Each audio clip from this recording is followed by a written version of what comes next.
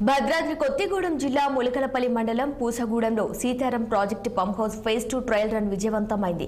గోదావరి జలాలను అధికారులు దిగువకు విడుదల చేశారు. ఈ నేపథ్యంలో బాహుబలి మోటార్లు 6 ఉండగా ఒక మోటార్తో 1500 క్యూసెక్కుల నీటిని ఇరిగేషన్ అధికారులు ట్రయల్ ద్వారా దిగువకు విడుదల చేశారు. ట్రయల్ రన్ కోసం గత 10 రోజులుగా ఒక జపాన్ టెక్నీషియన్తో పాటు చైనా అనుబంధ బృందం అవిశ్రాంతంగా పనిచేశారు.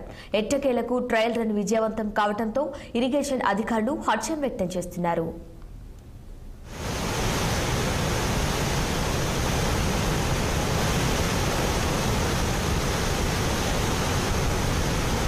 సార్ ఫోటోలు దిగా సార్